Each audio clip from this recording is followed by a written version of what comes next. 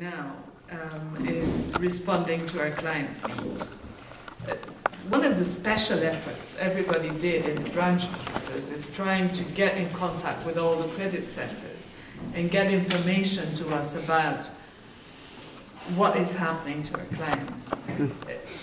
You know, like talking to Olivier Barrault of AIC the other day, he said, but it's only Port-au-Prince and Jacmel and Léogane who are affected.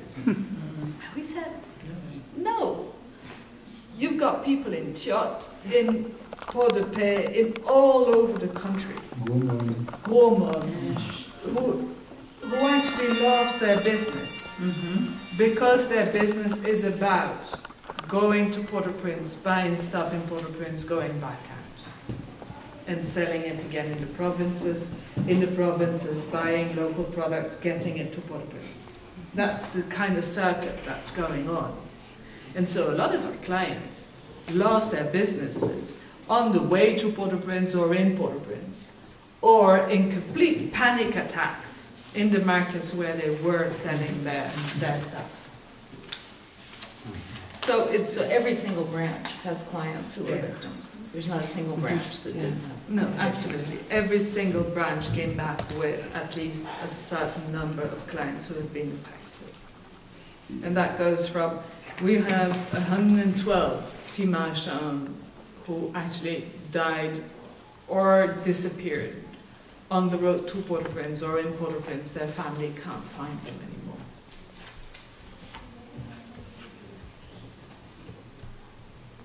3,456 of them lost their businesses only. And that would be the Haiti March who are like further away from where the center of the earthquake. Close to 1,700 of them lost their homes only. And we have a bit over 1,000 clients who lost both their homes and their businesses. So that if we count the people who have lost their business only, plus the people who lost their houses only, plus the people who lost both, we get to a total of 6,298, which is about 14% of the total client population we have.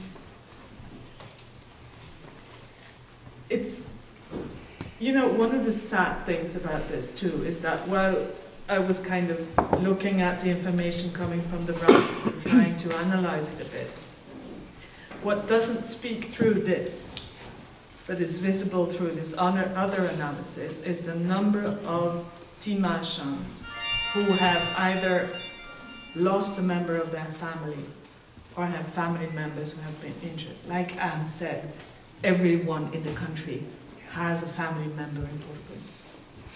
And so everyone has lost someone. And it puts a drain on people's psychology and energy, and also on financial resources, because there's a whole thing of burials and funerals, etc. The other thing is that when you compare this to the hurricanes in 2008, the number of Haiti March who have been affected is actually lower than what happened in the hurricanes. In the hurricanes, I think the final number was around 14,000. So this is less, that's for sure. But the way in which they've been affected is different.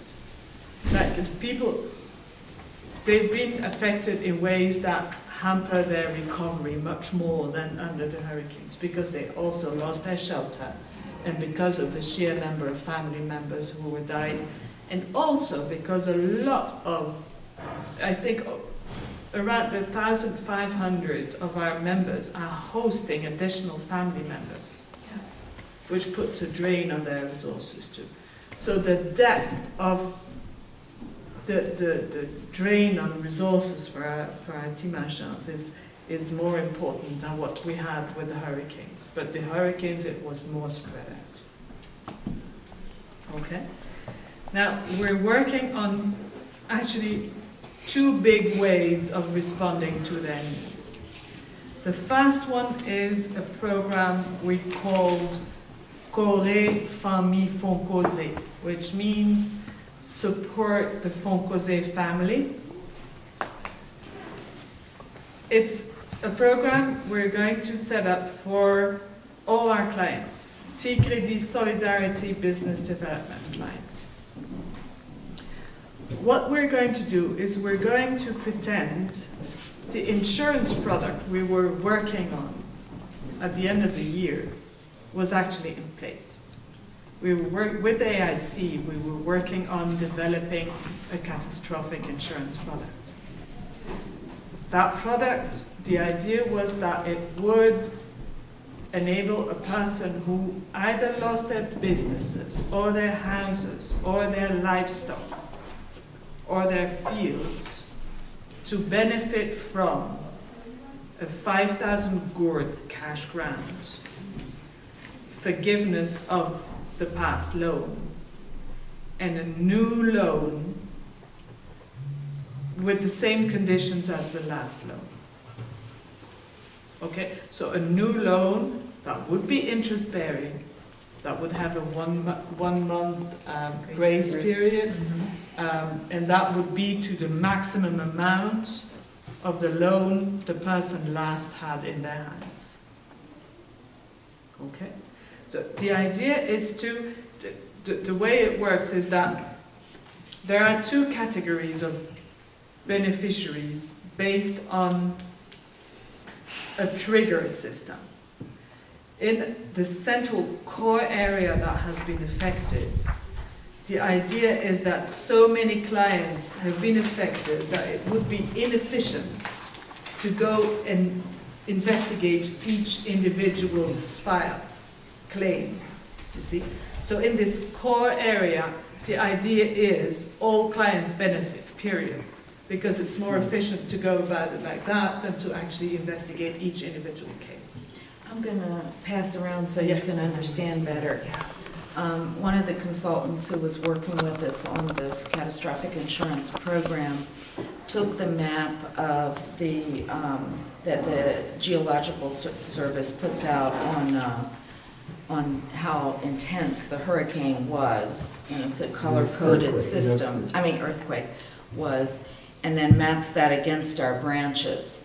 So when I pass this around, we're going to take in all the people automatically who are in the yellow, orange, or red zone.